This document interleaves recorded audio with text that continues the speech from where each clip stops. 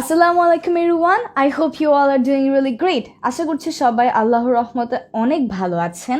কিন্তু যদি আমরা ভালো না থাকি, যদি আমরা সুস্থ না থাকি, তাহলে কিন্তু আমরা কিছু সেন্টেন্স ব্যবহার করি বাংলায়, যেগুলোকে ইংরেজিতে কিভাবে বলতে হয় আজকের ক্লাসে আমরা সেটাই শিখে নেব।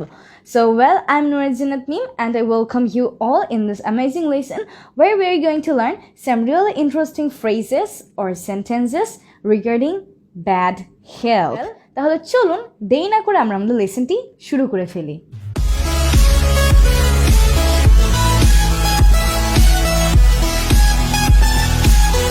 ওকিডোকি। সো প্রথমে আমাদের জন্য যেটা আছে সেটা হচ্ছে ডাক্তার ডাকো। এই সেন্টেন্সটা আমরা কখন ব্যবহার করি?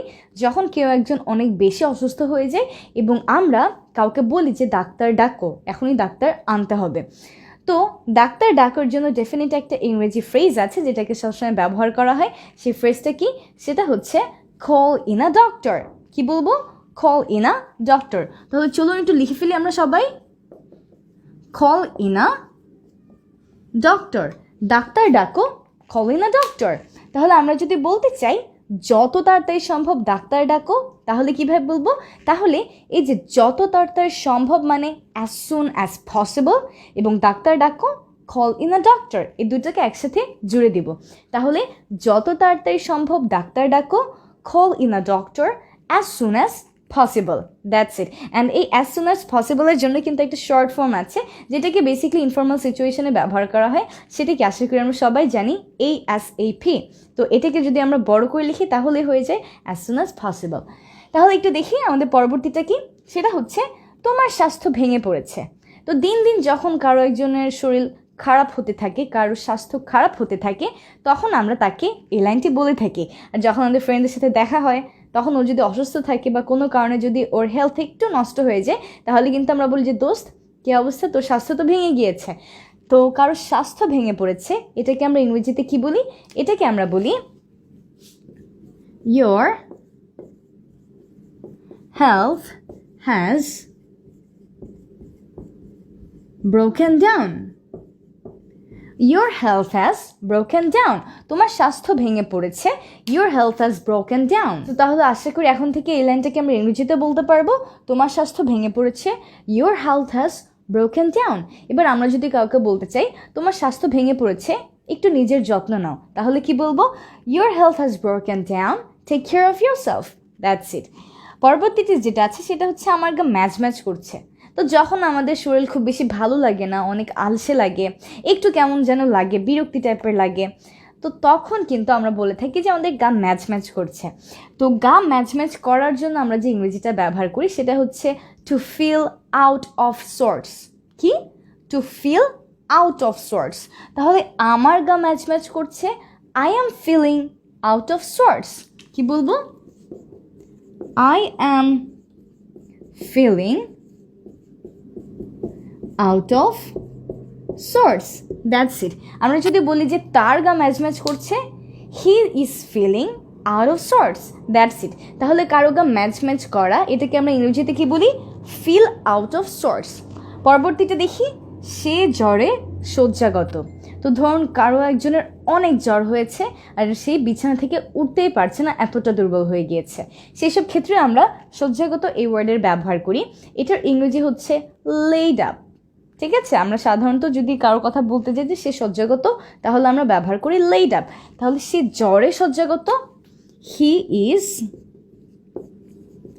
Laid up with fever. He is laid up with fever, যার মানে সে জ্বরে শয্যাগত। আমরা যদি বলি সে প্রবল জ্বরে শয্যাগত, এই প্রবল জ্বরের জন্য আমরা বলি হাই ফিভার। আমরা সবাই নিশ্চয়ই জানি জ্বরের ইংরেজি কি? জ্বরের ইংরেজি হচ্ছে ফিভার। প্রবল জ্বর হাই ফিভার, সে প্রবল জ্বরে শয্যাগত, he is laid up with high fever. আর যদি শুধু বলতে চাই সে জ্বরে শয্যাগত, he is laid up with fever. That's it. পরবর্তীটাতে চলে যাই, তার পেট ফেপেছে। তো যখন কেউ একটু উল্টাপাল্টা খাবার খায়, যখন মনে করেন আমরা বাহিরে যাই এবং আমরা চটপটি দেখি, ফুচকা দেখি, ঝালমুড়ি দেখি, আর আমাদের অনেক খেতে ইচ্ছে করে, তো খেয়ে ফেললে এর পরের দিন কিন্তু দেখা যায় যে আমাদের পেট খারাপ হয়, তাই না? তো এই ক্ষেত্রে আমরা সাধারণত বলে থাকি কারো পেট ফেপেছে। তো পেট ফাঁপা এর ইংরেজিটা হচ্ছে ফ্ল্যাটুল্যান্ট স্টমাক। কি বলি আমরা? Flatulent stomach.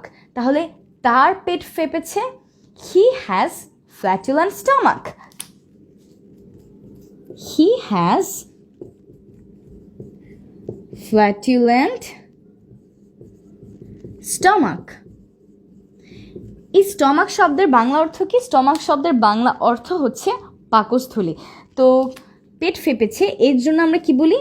ফ্ল্যাটুল্যান্ট stomach. He has flatulent stomach. আমি যদি বলি আমার পেট ফেপেছে, আই হ্যাভ ফ্ল্যাটুল্যান্ট স্টমাক। আমি প্রবল জোরে ভুগছি। তো যখন আমরা এরকম কোনো সেন্টেন্স বলতে চাই যে ভুগছি, তখন আমরা ব্যবহার করি সাফার ফ্রম। তাহলে আমি ভুগছি, আই অ্যাম সাফারিং ফ্রম। এবং প্রবল জ্বর, হাই ফিভার। তাহলে কি বলবো? I am suffering from high fever. That's it. তাহলে আমরা দেখে নিলাম আজকে এই স্বাস্থ্য রিলেটেড, খারাপ স্বাস্থ্য রিলেটেড কিছু চমৎকার চমৎকার ইংরেজি সেন্টেন্স, যেগুলো আসলে আমাদের দরকার হয় আমাদের ডে টু ডেইলি লাইফে যখন আমরা অসুস্থতা নিয়ে কথা বলতে চাই। সো ওয়েল, তাহলে চলুন আমরা আরও একবার রিভাইজ করে নিই। ডাক্তার ডাকো, কল ইন আ ডক্টর। যত তাড়াতাড়ি সম্ভব ডাক্তার ডাকো, call in a doctor as soon as possible. তোমার স্বাস্থ্য ভেঙে পড়েছে, your health has broken down. তোমার স্বাস্থ্য ভেঙে পড়েছে, শরীরের যত্ন নাও। তখন আমরা কি বলবো? Your health has broken down, take care of your health. The next one is আমার গা ম্যাচ ম্যাচ করছে। তো গা ম্যাচ ম্যাচ করার জন্য আমরা যেটা বলি ইংরেজিতে, সেটা হচ্ছে feel out of sorts. Feel out of sorts. তাহলে আমার গা ম্যাচ ম্যাচ করছে, I am feeling out of sorts. সে জ্বরে শয্যাগত। শয্যাগতর জন্য আমরা ব্যবহার করি লেইড আপ।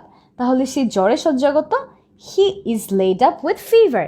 আর সে প্রবল জ্বরে শয্যাগত, he is laid up with high fever. তার পেট ফেপেছে, পেট ফাঁপার জন্য আমরা ব্যবহার করি ফ্ল্যাটুল্যান্ট স্টমাক। তাহলে তার পেট ফেপেছে, হি হ্যাজ ফ্ল্যাটুল্যান্ট স্টমাক। আমার পেট ফেপেছে, আই হ্যাভ ফ্ল্যাটুল্যান্ট স্টমাক। তারপর আছে আমি প্রবল জ্বরে ভুগছি। তো যখন আমরা ভোগার সেন্সে কিছু বলি তখন আমরা ব্যবহার করি সাফার ফ্রম। তাহলে আমি ভুগছি, আই অ্যাম সাফারিং ফ্রম। এবং আমি প্রবল জ্বরে ভুগছি, I am suffering from fever. So well, I hope এখন থেকে এই সেন্টেন্সগুলোকে আমরা খুব ইজিলি ব্যবহার করতে পারবো। So well, stay connected to 1 Minute English with Meem. Subscribe to our YouTube channel, like and follow our page to get all our live classes. So well, I hope to see you all real soon, and I hope that you all will be fit, fine and healthy. So I'm Nurjan at Meem. I wish you all the very best. Stay blessed. Goodbye.